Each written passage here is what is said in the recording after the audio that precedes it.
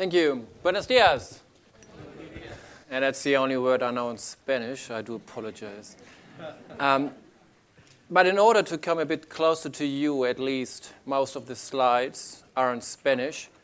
And I will make them, of course, available. I was last week in London, and I gave a keynote at a conference where enterprise architects and business process managers came together.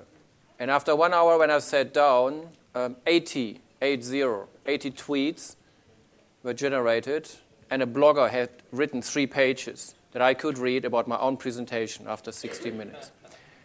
What it shows you how the power of production has changed. And in the old days, organizations were the ones who had power, who had funding, and design, and IT competence. Today, this has changed a lot.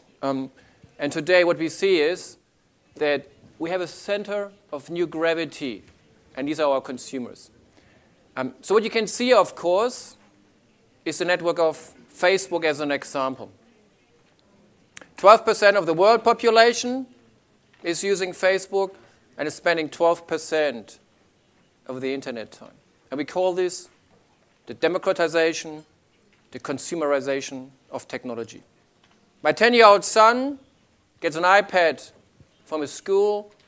My 78-year-old father-in-law is using an iPad. So today, nobody's excluded anymore. And for organizations, it gets incredibly challenging to understand what will happen.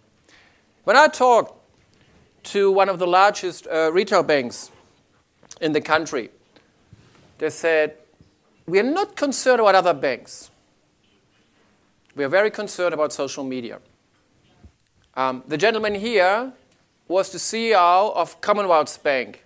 And Commonwealth Bank is the 10th largest retail bank on this planet by market capitalization. The 10th largest bank tells you, I'm scared of Facebook. And why is this the case? Well, we don't know. Is it easier to become a bank? Or is it easier to build connections among my customers? What happens if Facebook tomorrow announces Facebook Bank? If nearly 1 billion people have a retail account, and of course they have it for free, what happens to my retail bank? How difficult is it for a social media platform like Facebook to replicate my business? Universities are concerned that we lose our core business to social media. So the center of gravity is changing, and our consumers are empowered. The way Commonwealth Bank reacted, they created a little iPhone application called Caching. And on Caching, you can see this in the bottom left corner, you can transfer money to your friends. You go to your friends network, you pick the face of your friend, you say 50, return, and $50 will be transferred to your friend. You don't remember an account number. You don't remember any bank number. You just pick the face of your friend. That's the 10th largest bank on this planet. Transferring money via Facebook on your mobile phone is the second most popular form of transferring money. This is not future. Today, while we speak, the 10th largest bank on this planet transfer the second most transactions using Facebook. It's an entire new capability that we get from Facebook. So what that means for us, this is process innovation. We didn't create a new bank. We didn't create a new product. All we did is we created a new user experience, a new process. We innovated a process. When we see the process management and enterprise architecture community, we very often don't take part in those conversations. We provide what I call commodity process management or back office enterprise architectures. We can model, we can design, we can decompose, but typically we are not on the critical path to generate revenue. And I want to talk about how process design and enterprise architectures can be used to create innovative ideas. Also, when I was in London, the International Olympic Committee announced that Facebook will become a key communication channel to interact with 10,000 athletes. The BBC today announced that they will video stream using Facebook. These will be the very first social Olympics on this planet. Fundamental changes are currently happening. What we need to understand is how these new capabilities, the consumers, if they're 10 or 78, consume on their mobile phone, change our business processes. If I'm an insurance company, retail, oil and gas, mining, universities, or banking. And we, as process designers, as process analysts, as enterprise architects, we should know more about the company than anybody else. The insurance companies we are working with have 3,000 process models. Their process architects, their enterprise architects, know more than anybody else about the business on paper. Shouldn't they be the one who understand how new capabilities can change the way we work? And I call this proactive process design. So we are not here and waiting for a phone call, using Six Sigma, and fix a problem that is reactive. We are proactive. We tell the company where to innovate. And that is a complete new value proposition. The problem that current process management and enterprise architecture, tools, techniques, methodologies, or textbooks do not give you any guidance on how to do this. So that's what I want to cover this morning. It goes so far that some companies, Delta, one of the biggest airlines on this planet, run entire processes on Facebook. If you already spend the majority of your time, you don't want to go somewhere else. You don't want to log in on another web page. You want to run the process where you live your digital life.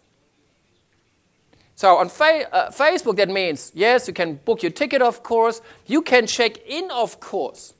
You can pay, of course. And you can sit next to your friends, of course. At Malaysian Air, you pay with privacy. And that's a new currency. You want to have access to this capability, then I want to have access to your private data, to your network, to your wall. I want to advertise. Estonian Air gives you accelerated security checks at Tallinn Airport if you give me access to your friends. So you share your private data. In return, I give you a better process experience. In Uruguay, you can cash in $10 while you go shopping duty-free on the plane. We work with the largest retailer in Australia. I had a seminar for 120 people, and they said, we don't believe into Facebook. That's something for my kids.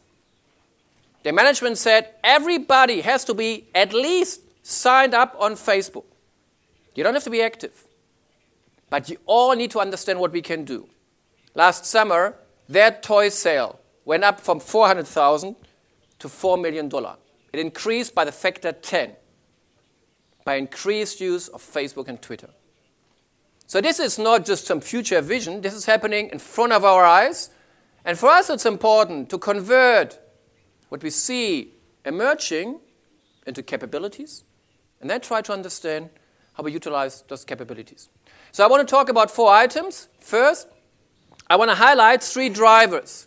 What drives innovation? And I will call them problem-driven, constraint-driven, and opportunity-driven innovation. Second, we will discuss why we currently struggle to innovate.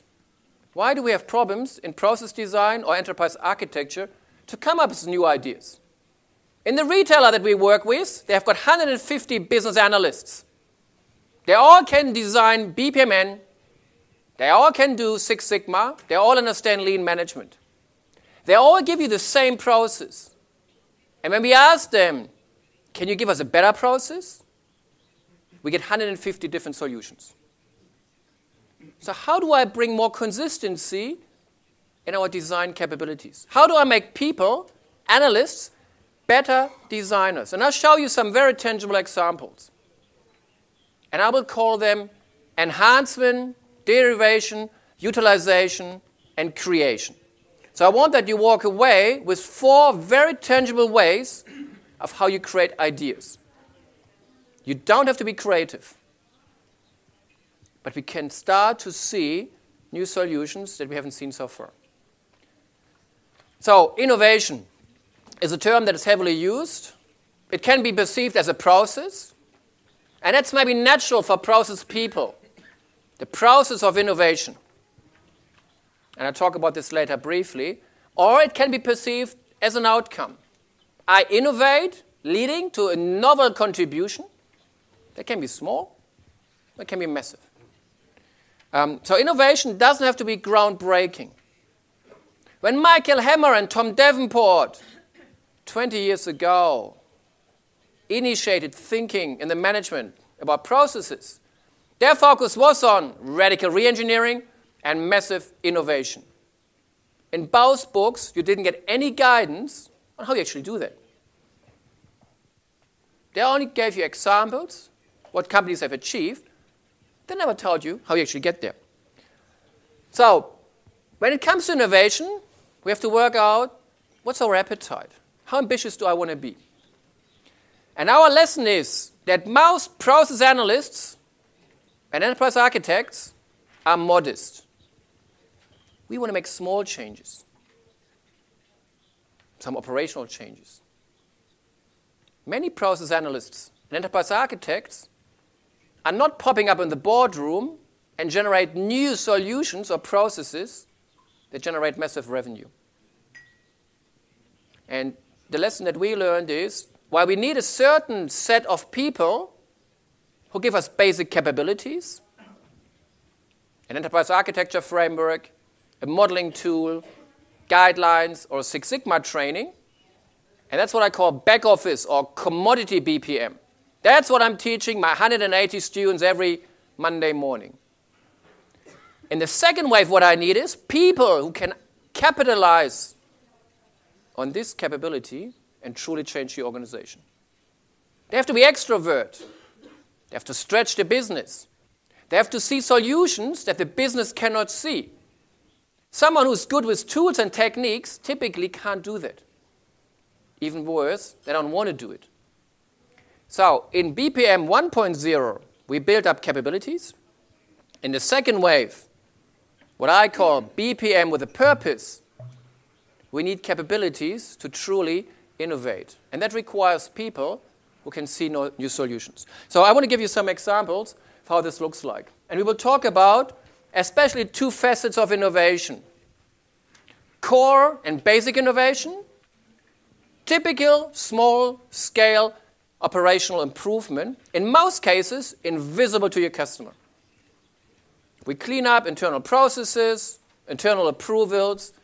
We might call it operational excellence or streamlining. We might cut cost. We typically don't change the way the business works. It is transactional. We get better and faster in running transactions. We are not transformational.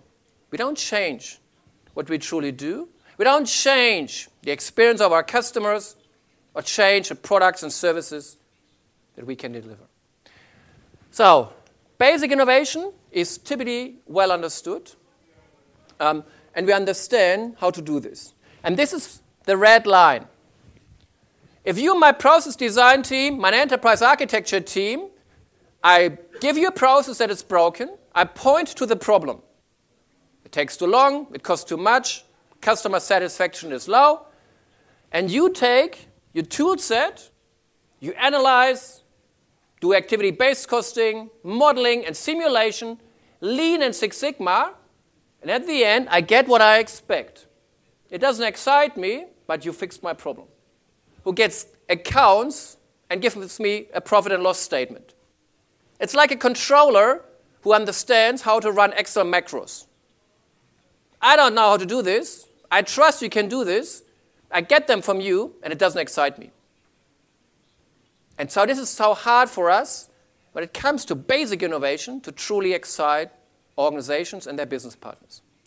The blue line is what we call transformational innovation.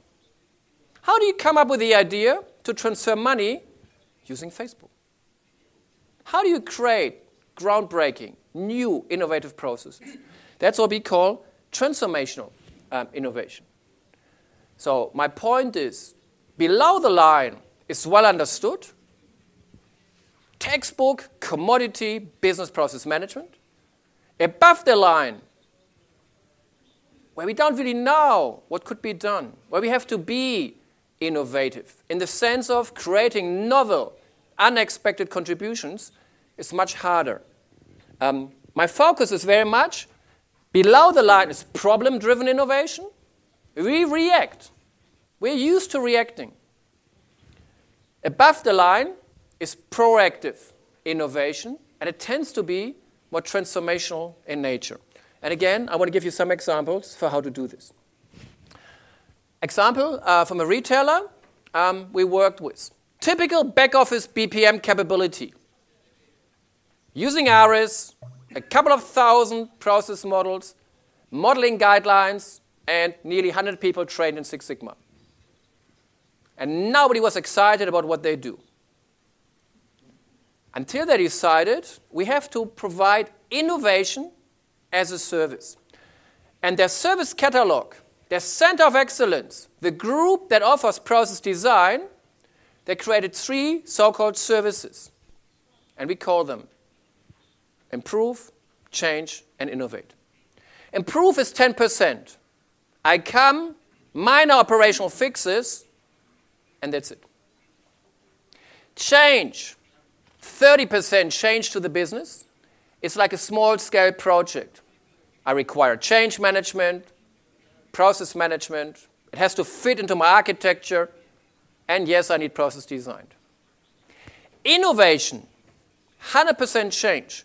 Greenfield design of systems and processes is transformational. A number of projects, large-scale program management, large-scale change management, strategic alignment, maybe even identifying anti-new strategies that are possible. It's our 100% product. In the old days, the only thing you could get, we design a process for you. How this looks like is up to the business. We are like someone who's good with Excel macros. Today, we stretch the business. You want us to deliver innovation. We know how to create new businesses. We know how to capitalize on social media to increase the toy sale by the factor 10.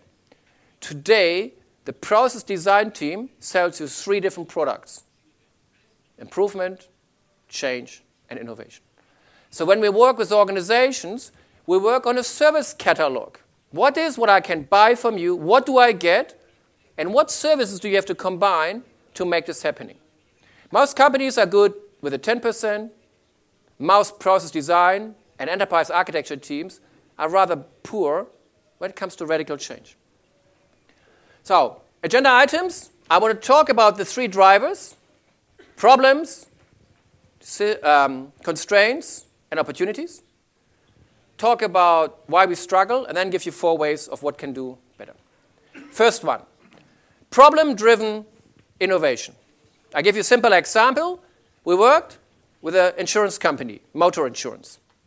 Meaning, the gentleman here, what's the name? Fabian, yeah? Fabian is my customer, and I'm the insurance company. Fabian pays, let's say, $500, and for this, your car's insured. So Fabian can drive around to the streets of Santiago knowing his car is insured. So your name was? Jose. Yeah, so Jose is driving through the streets of Santiago, and Fabian crashes his car. Fabian says, sorry, Michael is my insurer.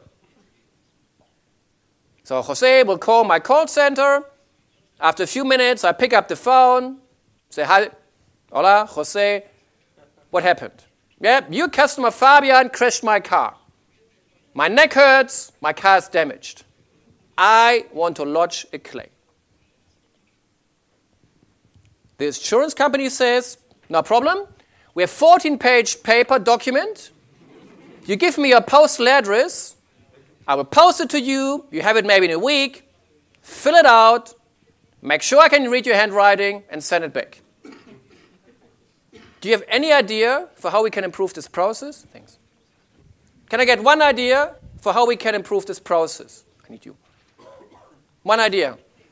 You can say it in Spanish. Online, yes? Are you an IT person? Yeah, IT, yeah? Default reaction. We hate paper, make it online, yeah? Second idea? What's that? Some device, yeah? So you can maybe do it on your iPad. And a third idea? Yep, I can say, Jose, take a picture, maybe where your location is, and we send someone over to you, yeah? Progressive Insurance, United States. You have an accident, you just pump out the information, emergency responses team will arrive, has a look at Jose, his broken neck and leg, and checks, he paid his policy, and I write you $5,000 check. And then a few minutes later, the ambulance might arrive. Interesting enough, our insurance company didn't like any of these ideas. They hate the idea of online. They hate the idea of a device. Why? Sorry? Very good. So what's the objective? If Jose calls you, I want to have $10,000, what do you try to achieve? Not pay. So you can see we have a default reaction. Here's a problem, paper, oh my God, let's automate. What we need to understand is, what's the meaning? Don't think problem equals solution. What is it what I try to achieve? I do not want to pay Jose, or as I want to minimize the amount. I don't want to make it easy. I want to make it difficult. The insurance company said, Michael, any idea how I can add 5 more pages?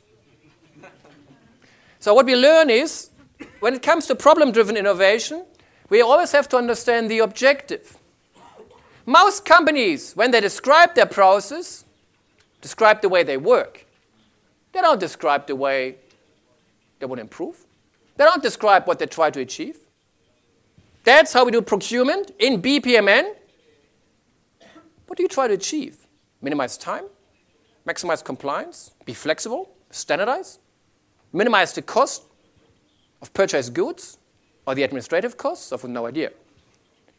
So when we describe modeling guidelines, we always demand that you describe the goal. No process model without a goal. Because otherwise I cannot judge what kind of problem you've got and what kind of solution you require. Problem-driven innovation is quite well understood. Lean, as is, Six Sigma. We understand how to calculate those things, and we're typically not too bad in this. What we suggest is to model the objectives, to be very much aware also, what do you try to achieve in the future? Rio Tinto, one of the largest mining companies in the world. They say in 5 years, we want to dig out 350 and not 250 tons per hour or whatever. That's our future state. Our transition states is, in 1 year, 2 years, and 3 years, what do we need to achieve? What sort of capabilities do I require? Where am I right now? And what's the gap between me and my transition or future state?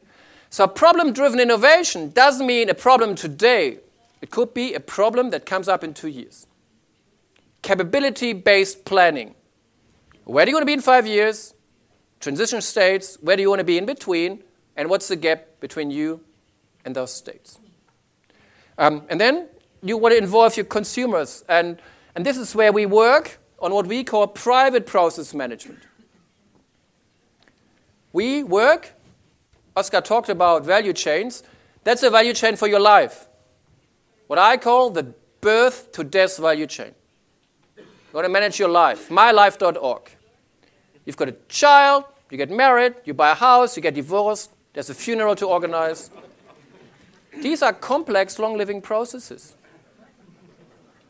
Then it sounds funny to you, but I believe, wouldn't it be nice if I buy a house, I just go online. I don't want to understand when do I need council, government, insurance companies, real estate managers. I want that someone takes me through my life. The mortgage is just a peanuts process in a very long, complex process. So we're working on mylife.org, where we will orchestrate your life. We pick you up, we take you through that process, and service providers provide capabilities. So when you believe in business process management between 9 and 5, why do you struggle with after 5 p.m. business processes, with your private processes? And when I understand this, then I understand what problems do my consumers have. My attitude must be, I want to take part in the processes of my consumers. But typically, I've got no idea how the processes look like. At the moment, I model my very own process, and then I expect that my customer understands my process. You had an accident? Well, you better go to my webpage, find the call center number, and find the link to the claim. The insurance company we work with says, we give you an iPhone app, and someone robbed your house, and you just press a button. Someone robbed my house. I give you a live event. I expect that you catch events that occur in my life, you take part in my life, and I don't take part in the organizational life. So when you work like this, you see more problems. So while we understand the basics of reactive improvement, Lean or Six Sigma, we're typically not good in measuring and capturing objectives, and we're typically very poor in understanding consumers' processes. Second, constraints. When I was in Brazil, I learned, and that's painful for a German, that one of the most effective banking systems is not in Frankfurt, but in Sao Paulo. Why? The World Bank wrote a whole article about the Brazilian banking system and how it resulted from hyperinflation. When the pressure is high and money deteriorates by the hour, and taking a bus is more expensive than catching a taxi because you pay at the beginning and not at the end, you have to be very, very effective. One of the most effective mobile payment systems in the world is in which country? Anyone else? Mobile payment? Which country? No. Kenya, 21% of the people have access to a bank. 68% have GSM mobile phones. So when we do constraint-based innovation, we understand what we do not have, banks, and we understand what we have, mobile payment. M-Pesa, Pesa is Swahili for money, mobile money is a way of how you transfer money. And not just money, but also airtime. I can send you 2 hours of free telephony. Yeah, I study in Nairobi, you're my dad in a little village, I send you 2 hours of free telephony. You take those 2 hours, get some cash, take a taxi, or pay a supermarket. Airtime has become a currency.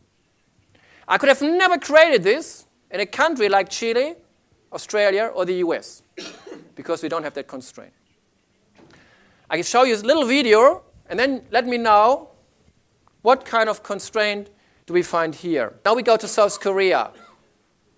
And so if you can switch on the audio, please. South Korea is a unique market. Tesco has been evolving itself, adjusting to the local market.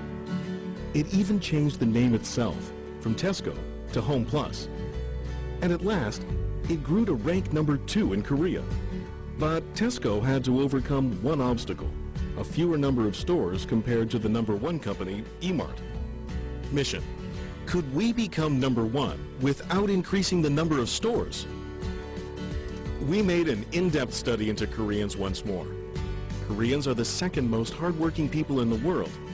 For them, grocery shopping once a week is a dreaded task. So we decided to approach these busy and tired people. Idea: let the store come to the people.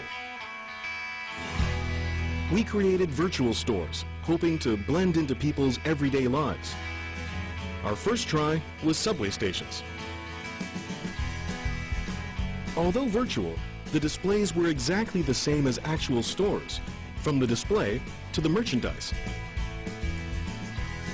Only one thing was different. You use smartphones to shop. Scan the QR code with your phone and the product automatically lands in your online cart.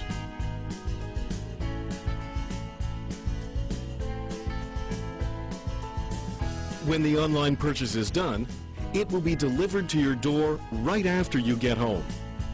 People can relax more after work and on weekends. 실제로 보면서 사니까 진짜 더 좋은 것 같아요. 편하기도 하고. Result: people can shop at Tesco Home Plus wherever they go without having to visit the actual store. Moreover, we could change their waiting time to shopping time. After this campaign, online sales increased tremendously. Through this campaign, 10,287 consumers visited the online Home Plus mall using smartphones. The number of new registered members rose by 76%, and online sales increased 130%. Currently, Home Plus has become #1 in the online market and is a very close second offline. So in Kenya, we didn't have banks, but mobile phones. What do we have in South Korea, and what do we not have? What's the constraint? Time, yeah? Consumers' time. What do we have? What was that? Technology and? What do we use? We use a phone, and what else do I use? And? Where do I find my consumers? Waiting time. Very important. I understand the consumer process. They don't have time to come to me. That's my constraint. In Kenya, I don't have a bank. In South Korea, I don't have time to go shopping. In Kenya, I've got phones. In South Korea, I've got people standing at the train station. So constraint-based innovation means, what do I not have? What's my constraint? Let's say inflation would be an example. And what is what I have? South Korea is one of the countries with the highest density of smartphones. I got that video from the biggest retailer in Australia. The CEO sent it to a CIO and said, why can't this be us? Why did you not create the idea? You and your process design team.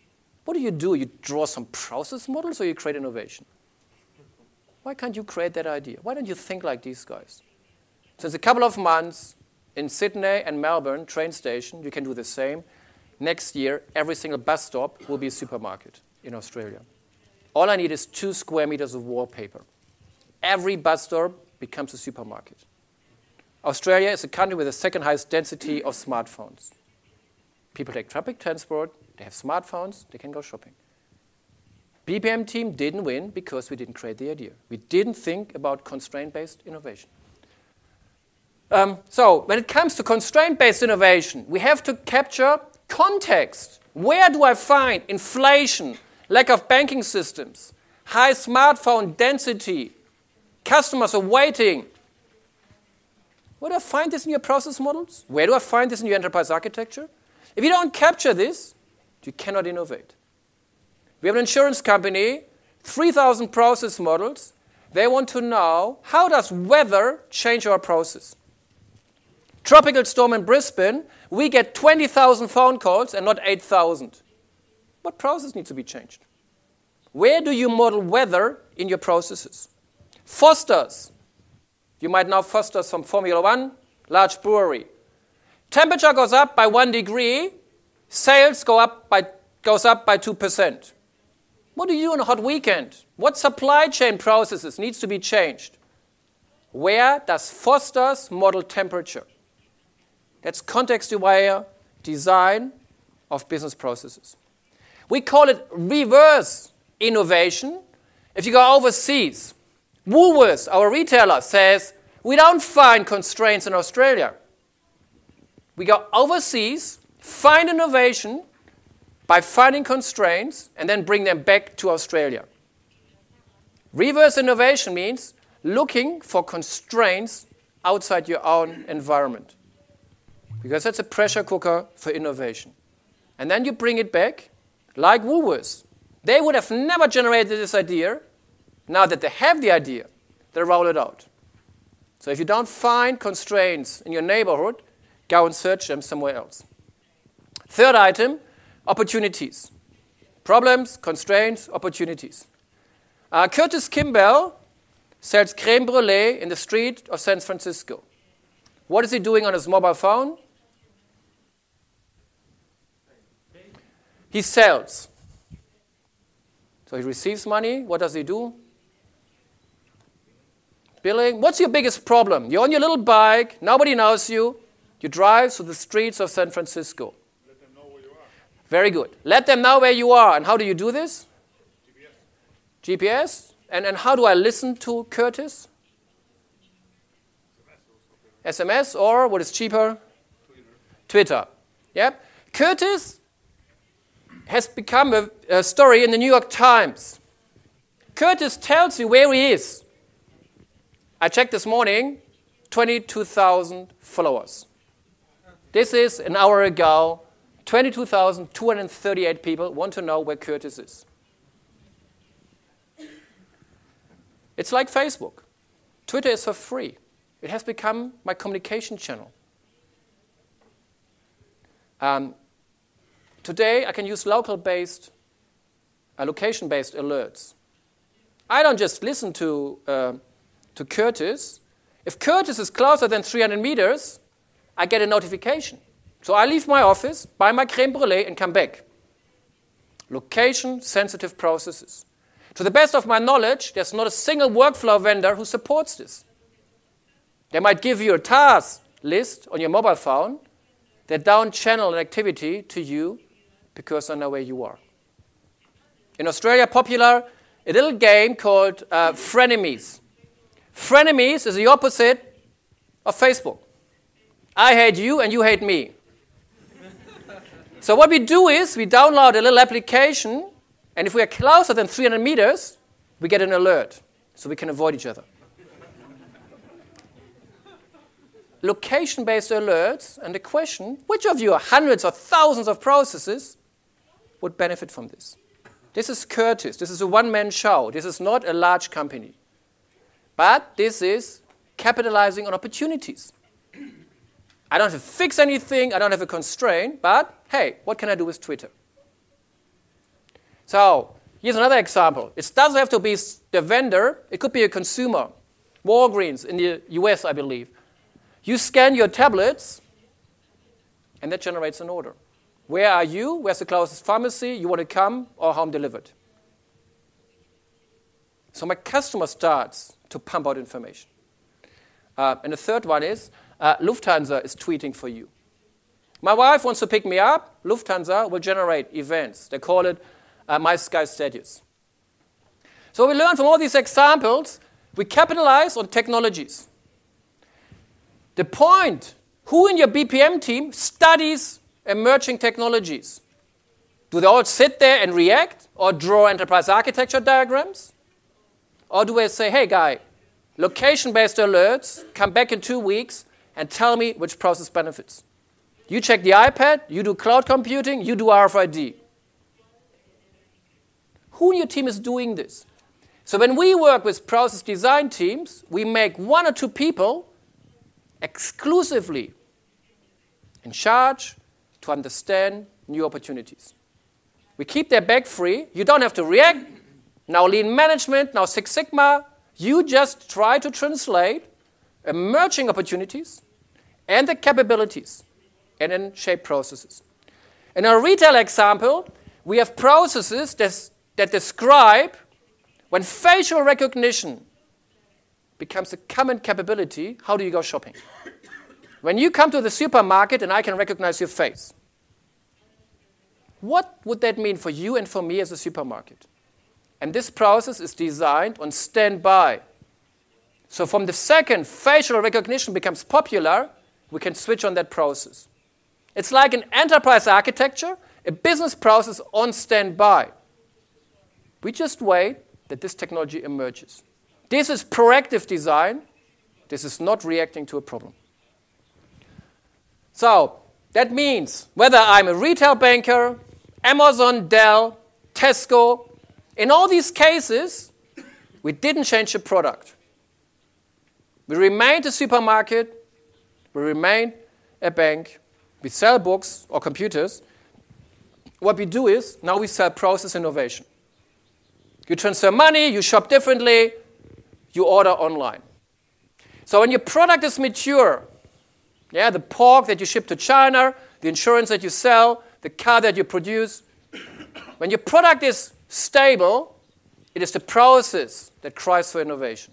So we are more popular than ever. Technology is more widely distributed than ever, but we have to change the way we do process design to capitalize on this. Otherwise, forever we just remain commodity. Somewhere in the basement, next to a bunch of accountants, doing a bit of modeling, but not shaping the organization. So, in summary, I believe current process design approaches are not good enough for what I just highlighted. A book on Six Sigma will say, and when it comes to innovation, do brainstorming. Meaning, you have no idea, hopefully someone else in the room has one. And depending on the weather and the mood, you get very different ideas. You can't repeat the experience. We hardly ever do brainstorming for exactly that reason. My 8-year-old daughter, she's doing brainstorming in school. In a corporate environment, I expect more. Our reference models are commodity. ITIL, SCORE, ETOM. They are not exciting. They describe commodity processes. How you set up a help desk. They will not talk about how a retailer can use mobile selling on a train station. And the same with enterprise architectures. We typically do not understand objectives, gaps, forms of resource utilization, or emerging opportunities. So I want to talk about what can be done here. And if we do this right, meaning if we find the problem, the constraint, or the opportunity, how long does it take until we get awareness, data latency? How long does it take until we know how to capitalize? And how long does it take to implement?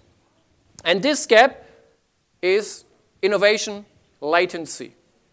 The business value that we will lose because those 3 stages take too long. The process design, the enterprise architecture team should be the one-stop shop to innovate. If you want to. If you're shy, introvert, and prefer modeling, then someone else should do that. But the methodological rigor, the understanding we have, the systematic design, and thinking into relationships should help us to capitalize on this. So we have companies where someone is doing nothing else than finding the next Tesco video. When we showed this video to an insurance company, as a consequence, they now ship QR scans that you can attach to your car. Who's my insurer again? You just scan it, and I've got all my insurance details here. I come to the location of the accident, I scan it, and I know who you are. So where could a QR scan change your life? In our new building, we have hot desking. I've got no idea where someone is. There's a QR scan at every desk. I check in at my desk. A student wants to visit me. Where's Michael? Level 5, level 7, level 9? QR scans. How did we get the idea? By watching a Tesco video. I don't talk a lot about the innovation process, but before I talk about how we generate ideas, the innovation process is something we typically don't model. We might model product development, but that's different to innovation. So innovation is, where does the idea come from? And is it driven by a problem, constraint, or opportunity?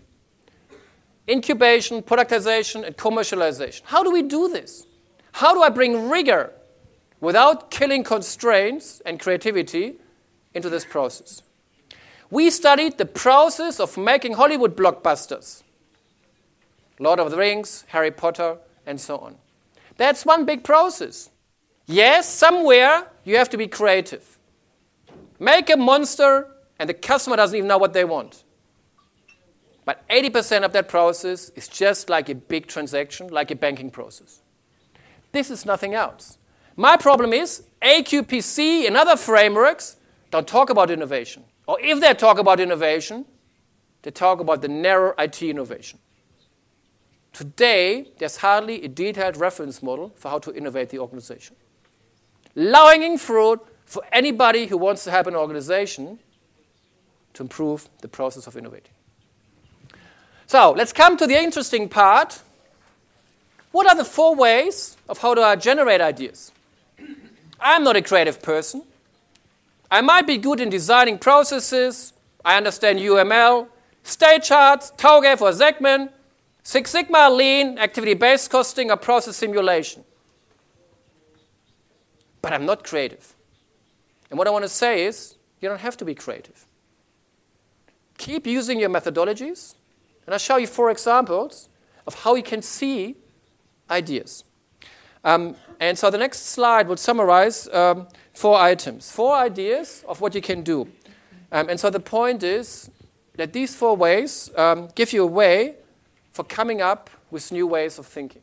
And we call them enhancing, and that is redesigning the way I'm currently working.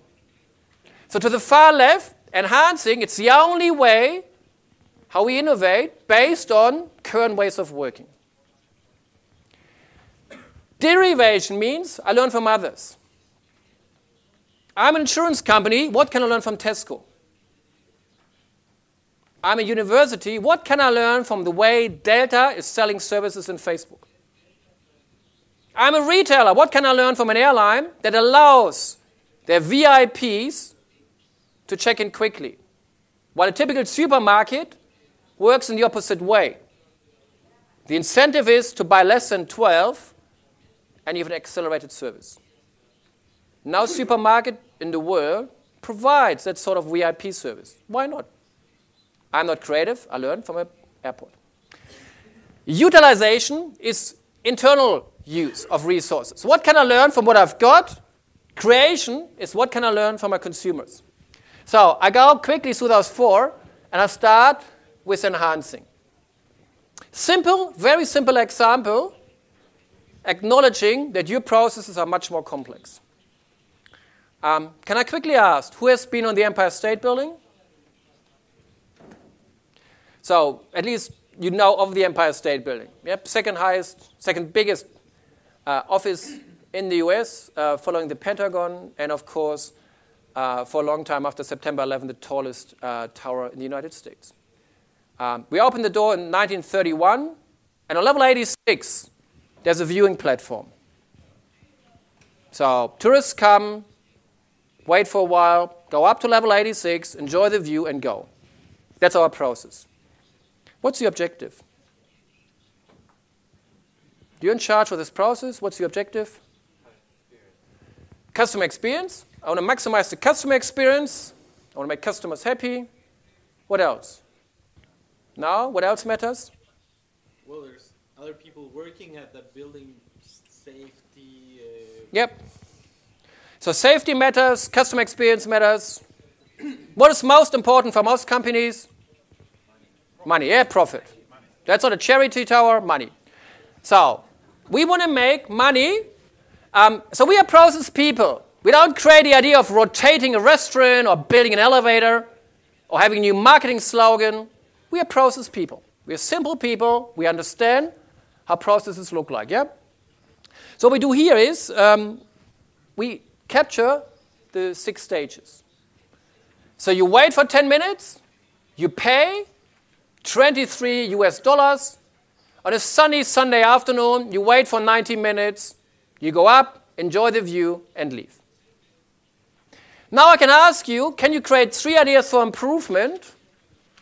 You all have some ideas, but all ideas will be very different. How do we come to the point that you all generate 10 ideas, and they're all somewhat similar? So in order to do this, I don't want that you're creative. What we do is we apply so-called improvement patterns. So patterns are like minimalistic steps of what can I do to my process. The first one is elimination. Think about nothing else than what can be eliminated. Wait. Very good. So I could eliminate the waiting. And how do I do this? Booking at home, yeah? You're an IT person as well? But so that's a good idea. Yeah, so you can say I could get rid of waiting time, and all I have to do is to eliminate the waiting time by you booking at home. So you get a time and say if you come at 10 o'clock or so, I think I lost internet access. If you come home at 10 o'clock or so, I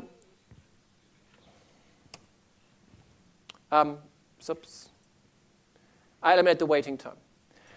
If we now are consequent, the next question is there anything else I can eliminate? In London, a guy suggested enjoyment. But it might work in North Korea. What else can I eliminate here? Pay. How do I eliminate payment? Pay in advance and online means I still pay. It's just a different form of payment. Elimination of payment is if I make this look like a gym. Meaning you pay once, and then you can come 20 times. You pay once, but 19 times it's eliminated. So making it online doesn't mean I eliminate. It only means I make it earlier. Can I eliminate going up and going down? No, no, no, or maybe yes. What could I do? Helicopter? Yeah, it's one idea. It's an expensive idea. Great idea, by the way. Or I could say, you're in Santiago, but for $5, I give you half an hour through the webcam.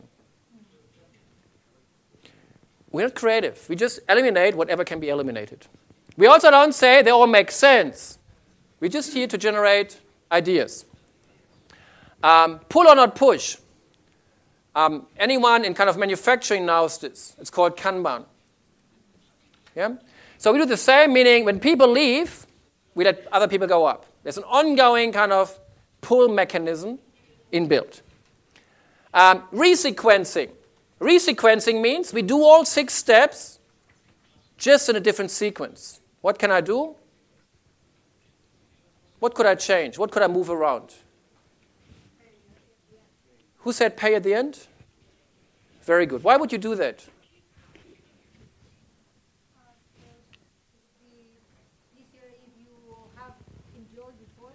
Yes, so assuming you enjoyed it, yep. Why would you pay more? Because you are excited about the viewers. Yeah. Very good. Usage-based pricing. Usage-based pricing means I charge for every single minute. At the moment you go up for 5 minutes or 5 hours. If you go up and you want to propose to your girlfriend, you have to look into your wallet and then make up your mind, yeah? This is a pattern. I teach every Monday 180 students. If the only source of generating an idea is their life experience, they would have to wait for 10 or 15 years. What we teach them is patterns. Usage-based pricing. Is there any place in your process where you could charge by the minute? Enjoyment is interesting, but maybe risky. But if I just say, we charge you every minute, like a car park, I have an idea.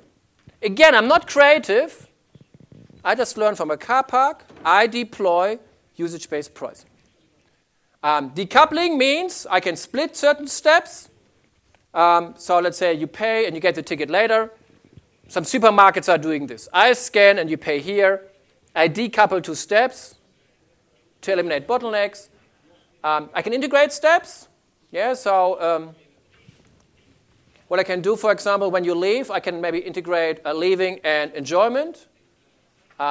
So when it comes to, in New Zealand, Sky Tower, you can bungee jump down, yeah? So you can jump down, you pay a price, but in New Zealand, you just jump down. So I can integrate certain items. You can run up, like the Eiffel Tower if you want, yeah? Specialization, very important pattern. Specialization means we do everything, but we start to have variance. What could I do? What could be variant in this process? Enjoyment itself, they could be different, yes. So I could give you translation services or not, or have a guide or not. The most simple one is whenever we have waiting time, think about that some people will wait and others are willing to pay money for not waiting. So in New York, we have two prices. In order to go to level 86, you pay $23 or $47.50. For $47.50, you don't wait. Legoland, Heathrow, Terminal, and so on all work like this. We showed this to a large call center in Australia. 5,000 call center agents. You call them, hi Michael, you're number 11. You will wait for 28 minutes unless you pay $2. You pay $2, click here, and someone picks up the phone. We're not creative. It's just a default reaction. So we have to think in patterns. Usage-based pricing, differential pricing. We are not creative at all, but we can look at any process and generate ideas very, very quickly. I can have a natural order. Maybe things don't have to have a sequence. I could put them in parallel, or I can make them optional. Yeah? So maybe a certain step can be bypassed by someone. I don't need to approve your travel request, or give you a VIP status, or you can bypass. We call these improvement patterns, and I believe we will make this available. I've got this one pager that you will get, and it summarizes those 15 patterns. You don't have to be creative. You just grab any of these 15 patterns, and before you blink, have got 10 ideas. What we are working on as part of our research, you give me your process in whatever notation, and we give you process improvement or process innovation as a service. You could do this in your own company. I just take part in your process, and you want to, let's say, invoice my customer differently, and we just give you options. Could you pay at the end? Usage-based pricing? Could you charge a different amount? Could you work like Dropbox or Skype and have a freemium model? And depending on your answer, we have a different pattern. This is process innovation as a service, and you could automate this. So we do not just capture a process, we truly innovate a process for you without being creative. So enhancement is based on seeing the current process and then modify it. Derivation means I don't have a problem. I just want to be inspired by others. When I was in Bangalore, India, I visited Infosys. And the year I was there, they got 1.6 million job applications. 1.6 million envelopes with a CV, I like to work for Infosys. That year, they hired 22,000. What is your vision for that process? What would be nice to have? If you're the owner of recruitment, what would be the perfect process? Applications come in, the 22,000 appear. Magically somehow, yeah? Somewhere. So my problem is I've got high demand, and I only want to accept a few. Again, I'm not creative. I've got no idea how to do this. But what we do, we ask ourselves, who else has such a problem? A lot of applications, and only few get in. Every bank. A lot of people want to have money, only few get money. How do they do this? Pre-approval. You go to your bank homepage, you fill in a few information, and if you're a student and you struggle to survive and you want to have a $5 million mortgage, they say, don't even worry about coming close to us. So I filter you out. For Infosys, we created the vision of every applicant gets a job. That's what we try to achieve. Every applicant gets a job. Our challenge is not to digitize 1.6 million applications. Our challenge is to educate 22,000 people. You have a high chance, and that the rest, 1.5 million plus, understand it's not worthwhile to apply. The best scientific journals have a reasonably high acceptance rate because they do a good job in telling the authors what they expect. When I was flying to London, I was sitting next to a gentleman from World Bank, and we talked about how do you fix the road problem in India? Crowded traffic jams. I said, I've got no idea. but let's look at universities. A lot of people want to study, only few can study. What we do is qualification and fees and scholarships. Qualification means, what do I expect from your car? If you buy an electricity car in Norway, you don't pay route fees. You qualify. You have a great car, you have priority access. Scholarships means you don't have an electricity car, but if you want to pay, you can drive. Now, not everybody can afford it. Could I have scholarships? Could they be industry funded? You work for Infosys. Could they pay your scholarship so you can use the route? And what can I learn from an airline? Well, they change the price based on the time of the day. 5 minutes later, you've got 5 ideas. Generated on the spot without being creative. Just by learning from others. When you start to think like this, you see problems and solutions all the time without even thinking. Pattern-based innovation. One more example, Air France. Air France is, to the best of my knowledge, the only airline in the world that sends you the boarding pass. Most airlines will say, you fly tomorrow, click here, use your mobile phone, go to a computer and check in. Air France will say, and now you fly tomorrow from Paris to Lyon, and here's your boarding pass. What can I learn from this? And so this is what we now call derivation patterns. What do I learn from this? I do a job for my customer. I give you an example from my own university, where I use this example. When I get a new research project, I get $10,000 from a company. I have to fill out forms about ethical clearance, meaning I don't kill anyone, no rats or people, and so on. Dreadful process, a lot of paperwork. I went to our ethical clearance department and talked about Air France. Why can't you be like Air France? Why can't you do this for me? Why can't you pre-populate this and I just tick it off? I'm not creative. I just make my own university work like Air France.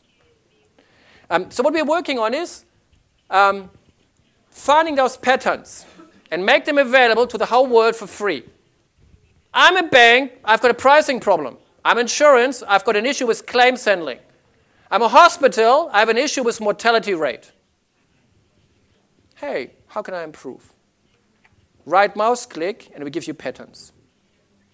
Usage-based pricing, triage, like at the Empire State Building. And I want to talk about what can I learn from Apple. And what we do now is, now we go to the resource side. So it's not about anymore learning from others. It's about what resources can I use in a better way, resources that are available in-house and externally. And we start with car manufacturers. We had BMW recently in Brisbane, and they said, we don't want to give you a car anymore, we want to give you mobility. It's a big difference. In the old days, we gave you a car, meaning you bought a car, we never saw you again, and you drove around. If I give you mobility, I have to make sure that when you go shopping for 5 hours, I put petrol in your car or recharge your battery. You're always mobile. Another problem we face is, where the hell do I park? So here I am, I'm driving a BMW, you promised always mobile. At some stage I have to park. You are BMW, what can you do? Where do you find car parks? Any idea? Apple. Apple gives you a phone, and Apple becomes a broker. Some people develop applications, and other people buy applications. I give you a piece of plastic in between, and I make 30% every time someone buys an app. BMW, I give you a bit of plastic and metal. I've got a driver, and who is on the other side? BMW is a broker between a driver and What service provider? Car parks, yeah? Commercial car parks. What is even more interesting? Your very own driveway.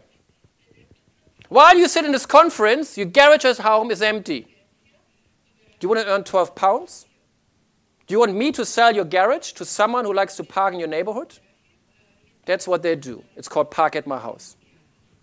It's running since the 14th of July last year, nearly a year.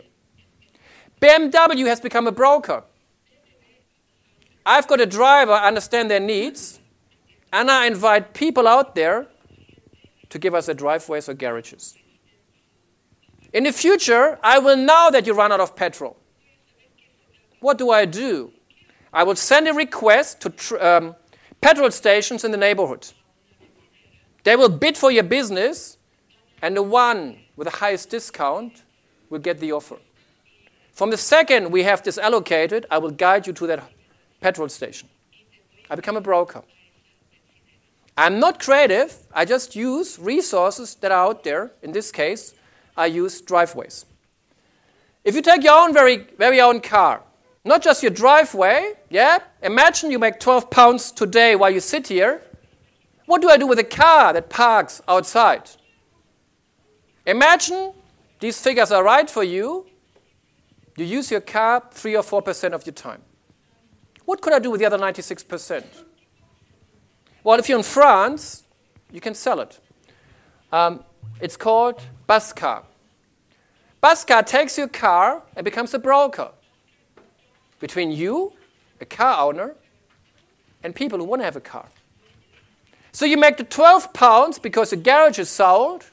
You make another 20 or 30 pounds because someone drives around with your car. That's $50 per day, $250 per week, $1,250 per month. You all of a sudden have another $1,250 income by doing nothing else than selling idle resources. This is just you.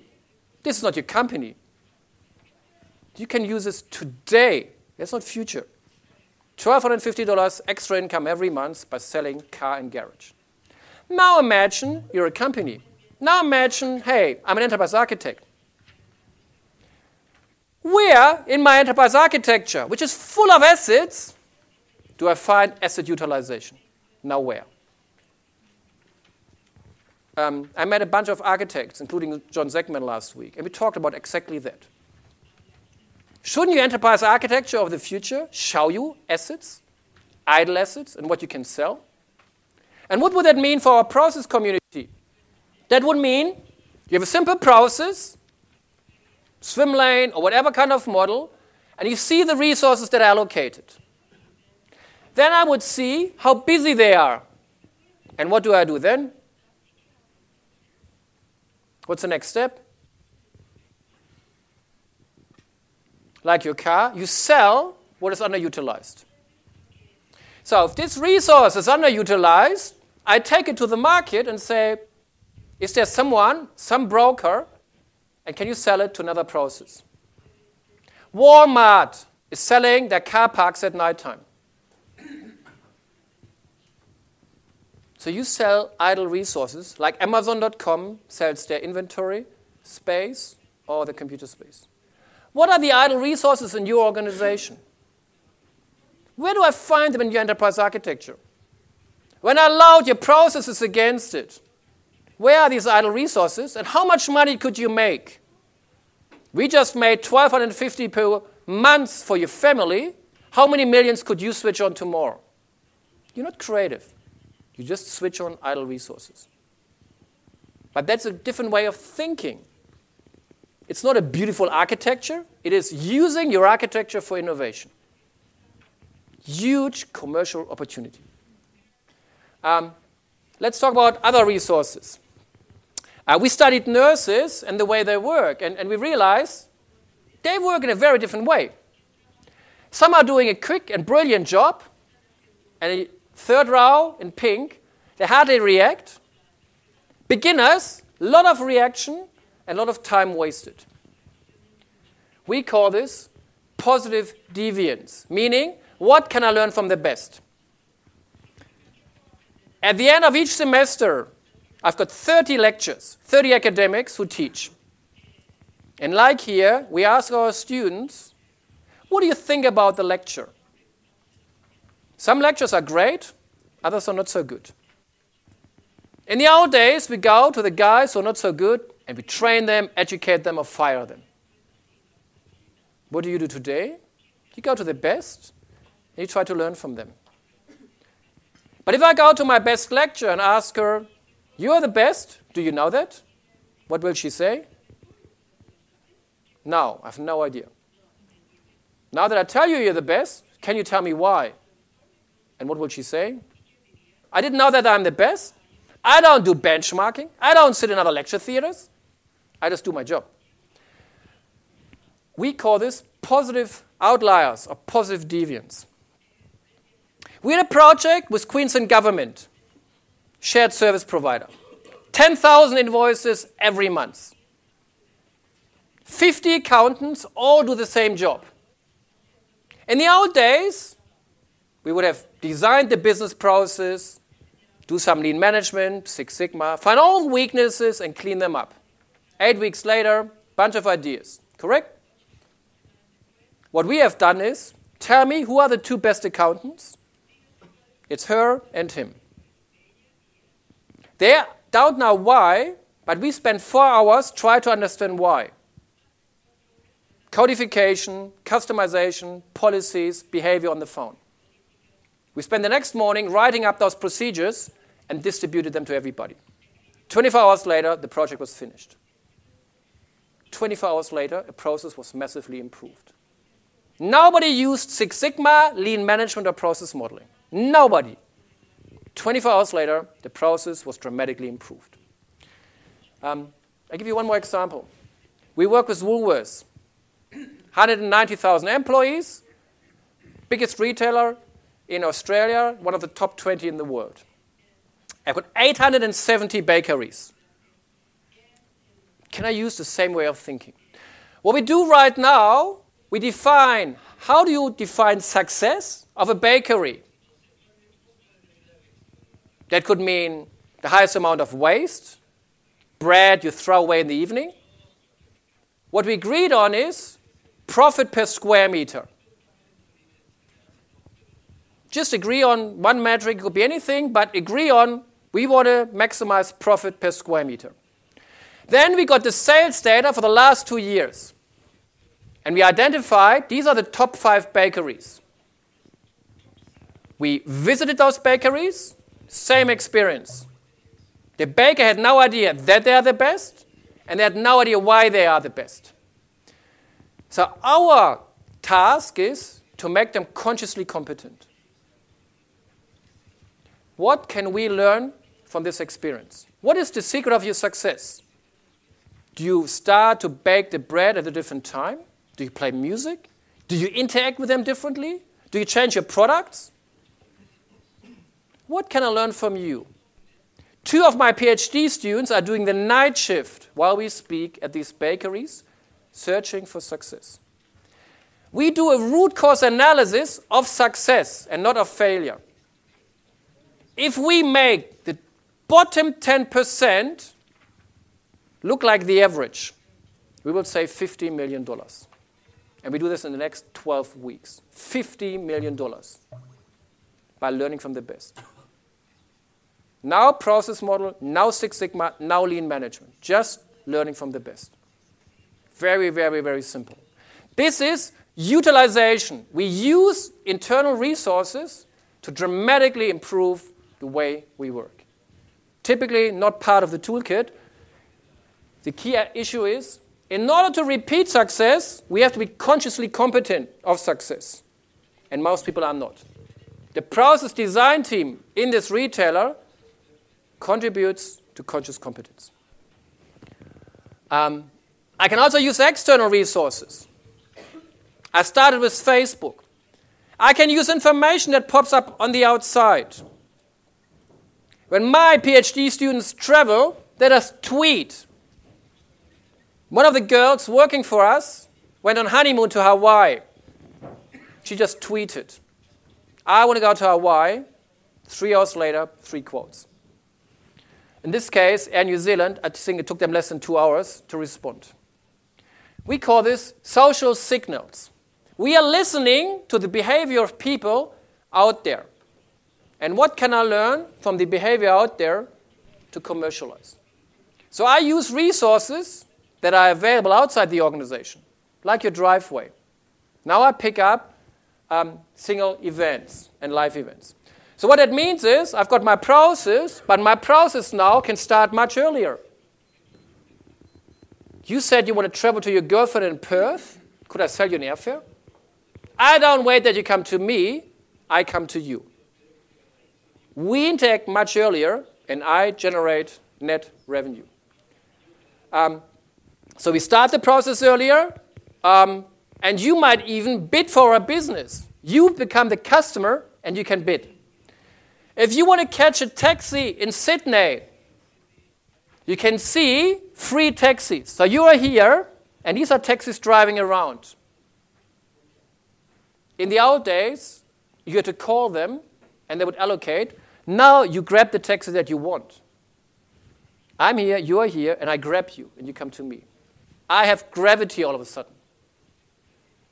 So we pick up social signals, and my customer shapes our process, not the other way around anymore. It's a fundamental difference in the way we design business processes. I'll show you one more video where KLM, the Dutch airline, has taken this to the extreme, and it's called KLM Surprise.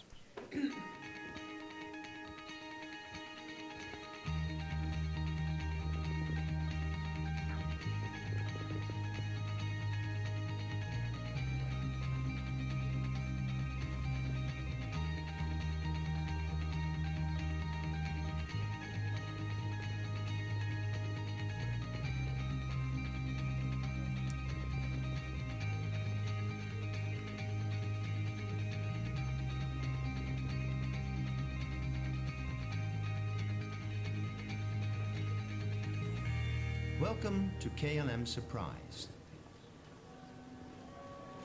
Armed with our social media toolkit, our little experiment began. First job, find KLM passengers who had checked into their flight via one of KLM's Foursquare locations or left a message through Twitter.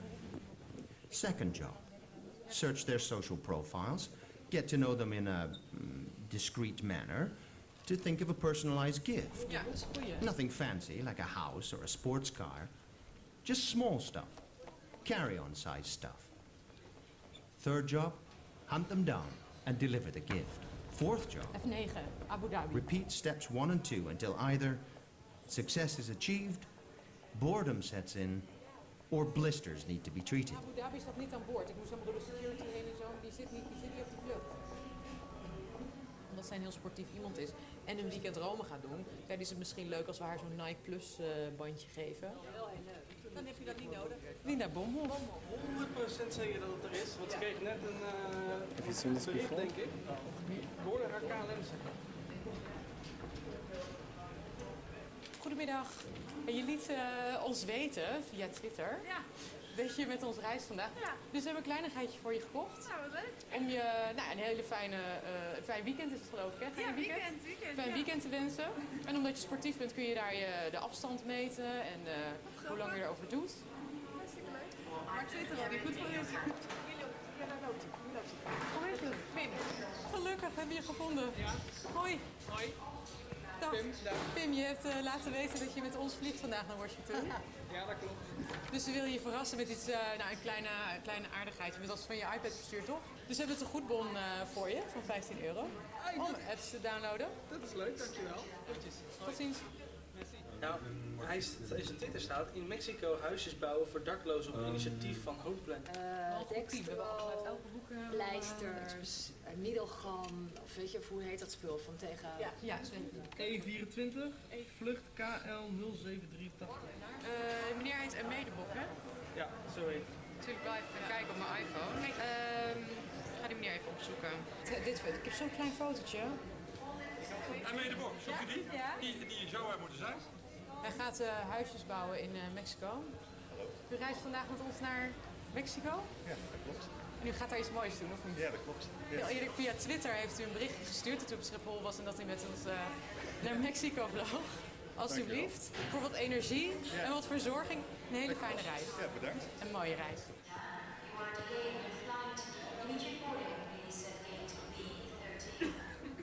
Hallo.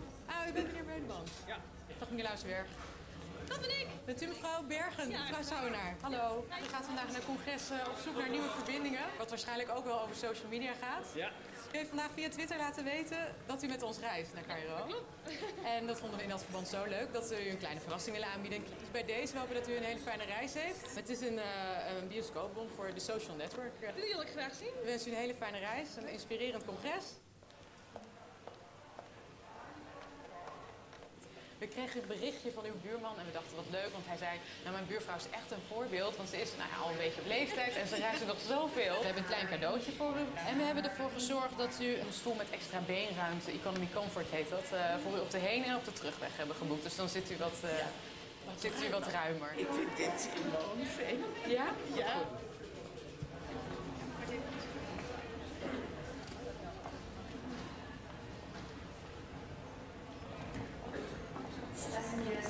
Goedemiddag, ben jij Eefke? Ja. Niet schrikken. Hoi. Ben je klaar voor New York? Ja.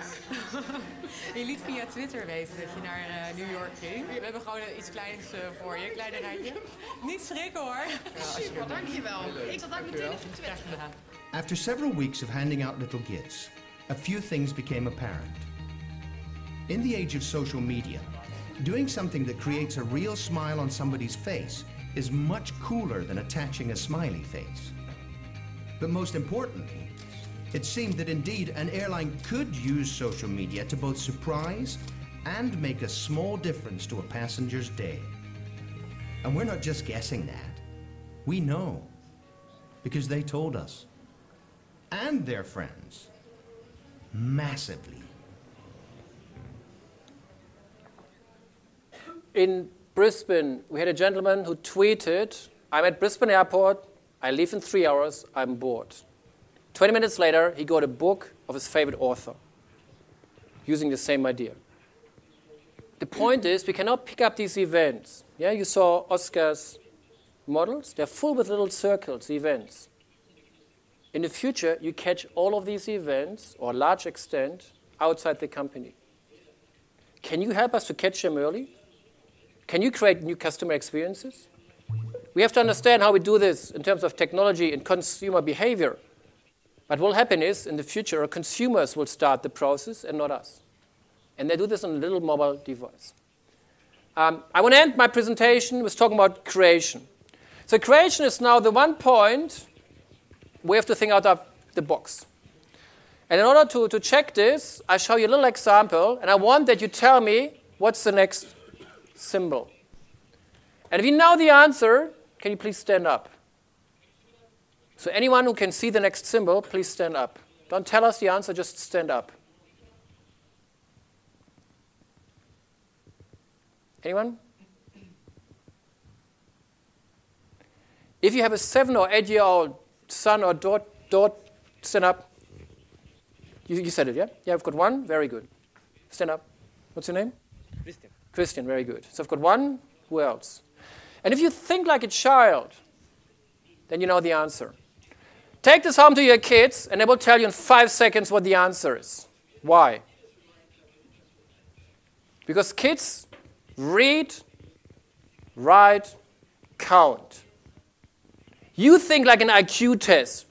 You are programmed to think clockwise, anti-clockwise, triangle, and circle. Am I right? That's the way you think. If you keep on thinking like this, you will never find the answer. Can you think like a child? Read, write, and count. And do you see the answer? And if so, please stand up. Anybody else who can see the answer? Reading, writing, counting. Anyone? One person. Do you want to tell us the answer? Very good. Very good. One person. All you kids at home know the answer in 6 seconds, and we struggle. Number 6. And why is this the case? Because we are programmed to think in a certain way. We have a default reaction. Paper is bad, so we automate. We can't think differently. And in creation, we try to capitalize on lateral thinking. You all can see it now, yeah? I give you this slide as well, so you can use this at home. What we try to do, and I want to change here and finish this now. When we don't laterally think, what we try to observe is consumer behavior. Unbiased consumer behavior. And then we try to understand their meaning. When you tweet because you want to travel, what do you want to express here? What meaning is there? And then we create a narrative. We understand the meaning, bring it back to the consumer. And if we believe there's power, a redesigned process becomes a redesigned strategy. And I started with a bank, Commonwealth's Bank. I want to finish with another bank, Umpqua Bank in Portland. And what they've done is, they went out to their consumer base and said, in order to create the world's biggest bank, we need to be different, innovative. We can't just be a bank like anybody else.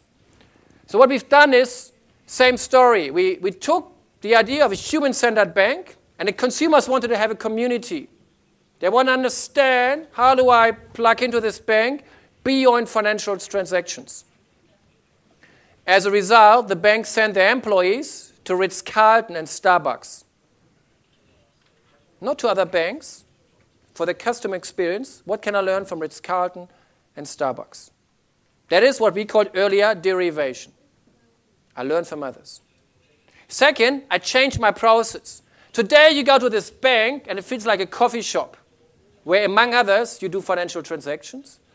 Utilization, and in the evening you can watch a movie or have a poetry class in our banking room. We combine enhancing, derivation, and utilization in the same innovation. We completely changed the banking experiences because our customers told us, and their unbiased lateral thinking. The bank never thought about learning from Starbucks. Our customers told us, I want to have that kind of feeling. Then we prototype this, we roll it out, and strategize. That is called design-led innovation. Listen to your consumers, prototype, and then create experiences around it. So I leave it there. What I want to do is make sure that you're aware of problems, constraints, and opportunities as drivers for innovation, that current BPM and enterprise architecture tools and techniques hardly support innovation, but that by enhancing, deriving, utilization, and creation, we, the BPM and enterprise architecture community, can be very much on the critical path. And you don't have to be creative in order to create such innovations. I give you all my slides in Spanish. I give you this one-pager, and if there's time, I'm more than happy to have some conversations. Gracias.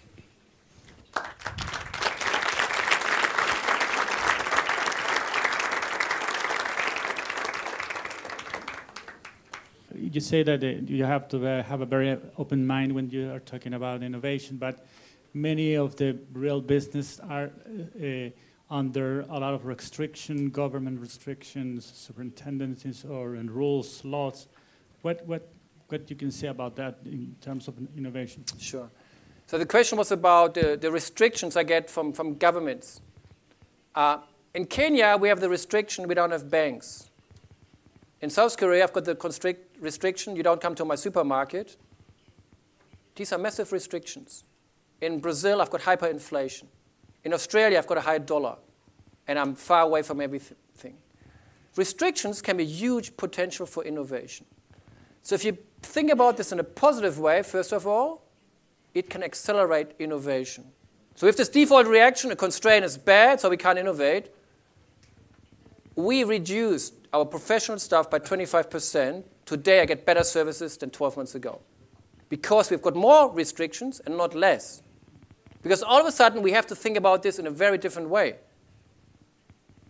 I totally agree. In some restrictions, we'll say you can't pick up those social signals or approach a customer.